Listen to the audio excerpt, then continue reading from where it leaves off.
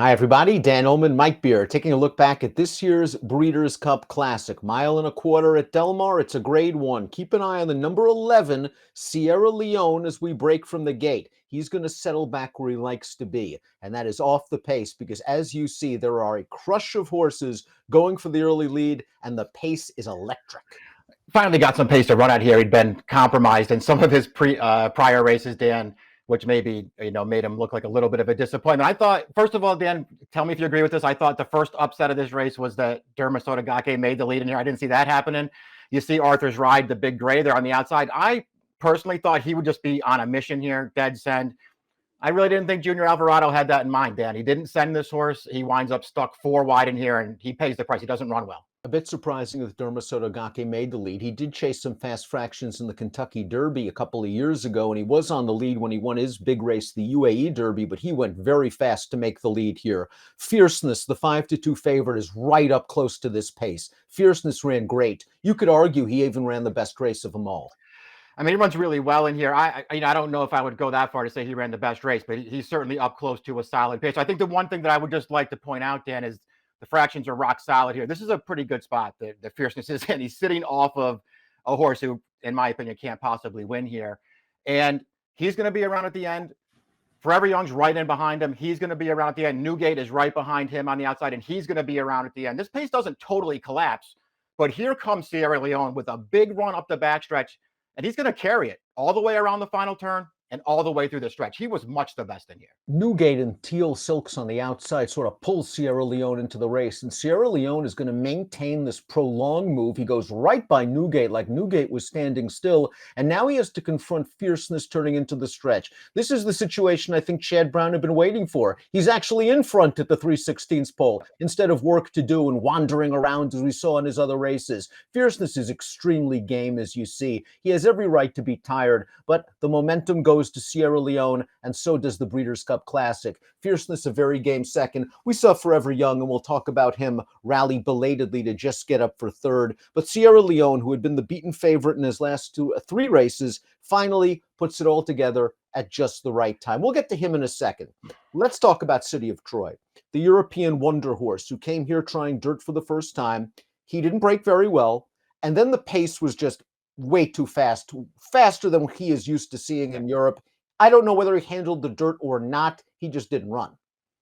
Yeah, I mean, I think all the things that you had to be worried about with a horse like City of Troy in his first ever dirt start in a race like the Classic, they all came to pass here, Dan. He didn't get out of the gate well, and that was problem number one.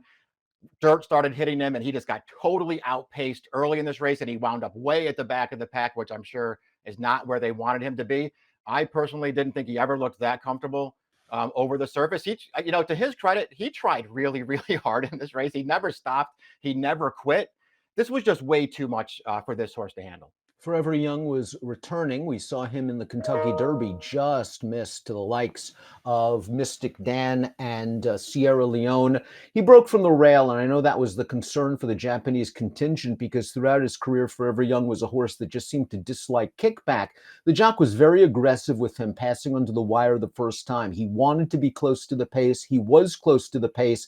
He finally did swing to the far outside in the stretch, but by then Sierra Leone was gone.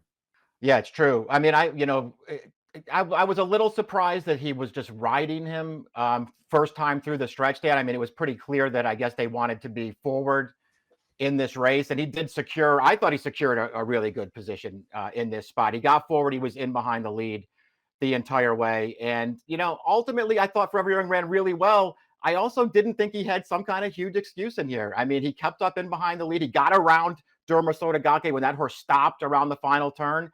And he did have to alter out behind Sierra Leone at the top of the stretch. I didn't think it was going to matter. I did think he was really game to get third. I think Fierceness, if there were any doubters still about last year's 2-year-old champion and Breeders' Cup juvenile winner, I think he, finally put the doubters to bed. This is a big performance going 1.25 miles. He's up close to a fast pace. And yes, it's a good position stalking an overmatched long shot, but to go 22-2 and 44-4 and still be there and still punching on at the end of that race, it's really a credit to him.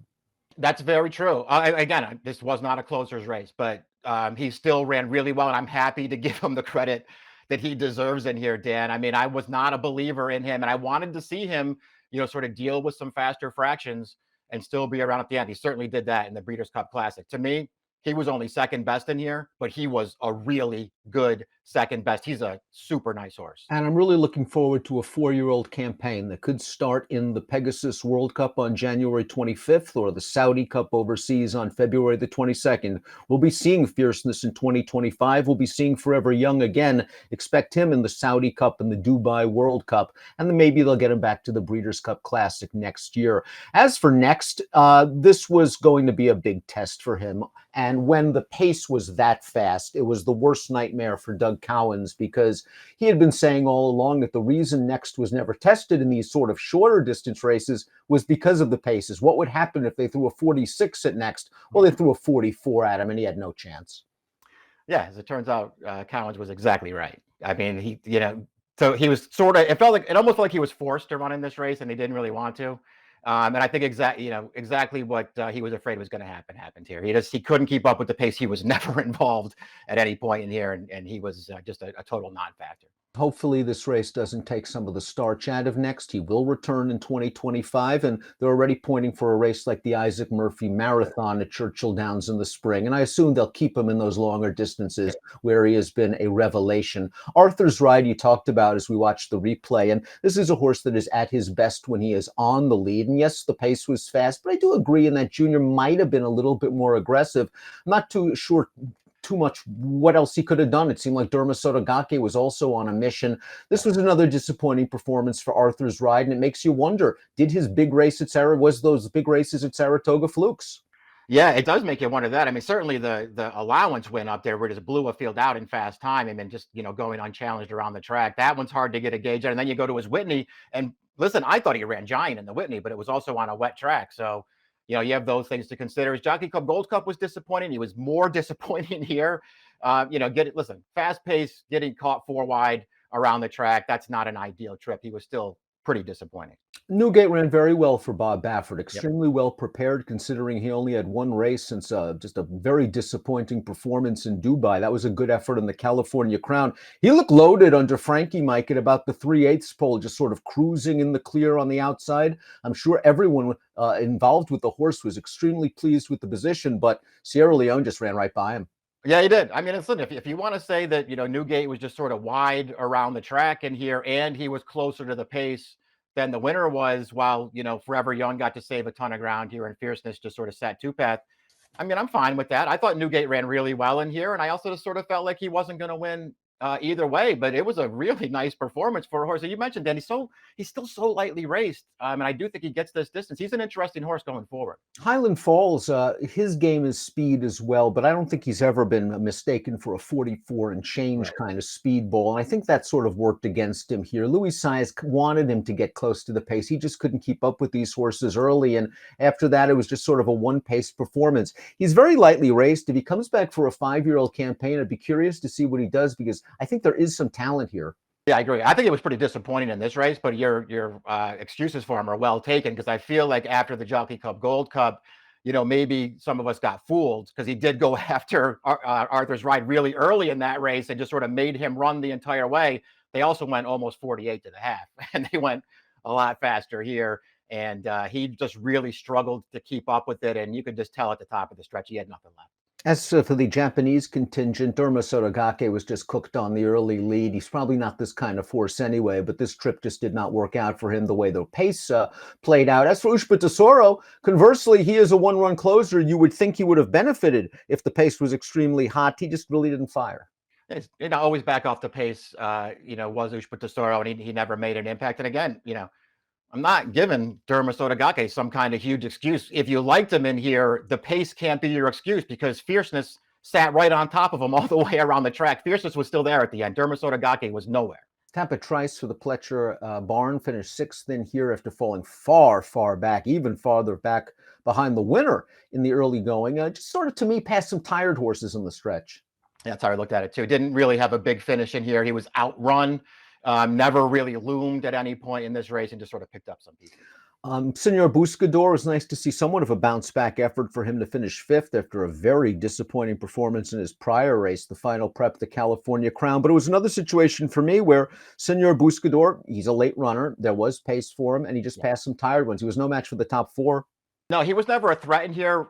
Really liked the ride that Rosario gave him, though, Dan. He was outrun like he knew he was going to be, but Rosario got him to the inside. He gave him the old in out there. He got to save ground around the final turn as well, got out into the clear through the stretch. He ran. He was never a real threat in here, but at least he ran. He was well clear of Tappet Trice in fifth in this race. Pyrenees seemed like he was traveling pretty well at about the half-mile pole, and he steadied just about as the horses entered the turn, but I never really saw him recover after that and do any meaningful running.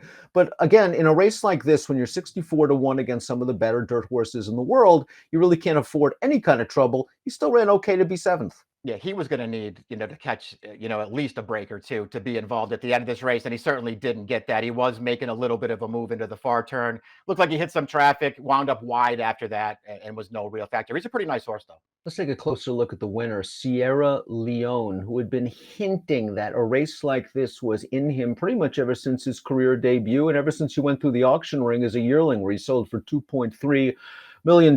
He won the Bluegrass. He just missed in the Kentucky Derby, and his woes started sort of in the Derby, Mike, with his weaving around and lugging in and out, and it occurred in the Belmont, and it occurred in the Jim Dandy.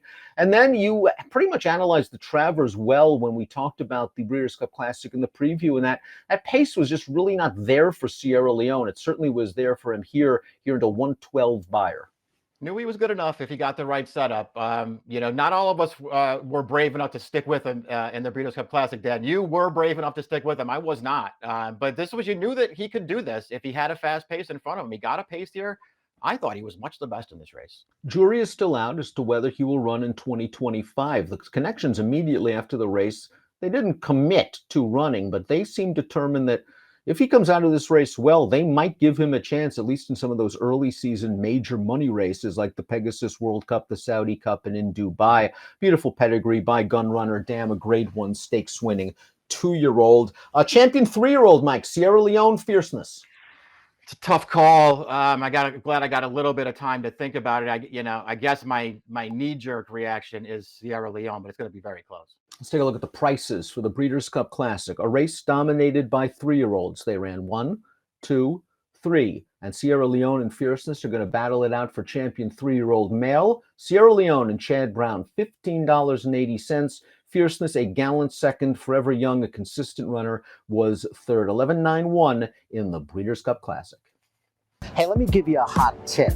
If you liked the content that you've seen before, click on the like and subscribe button right here. And of course, for more DRF videos like Race of the Days, stakes previews, click on the videos right here.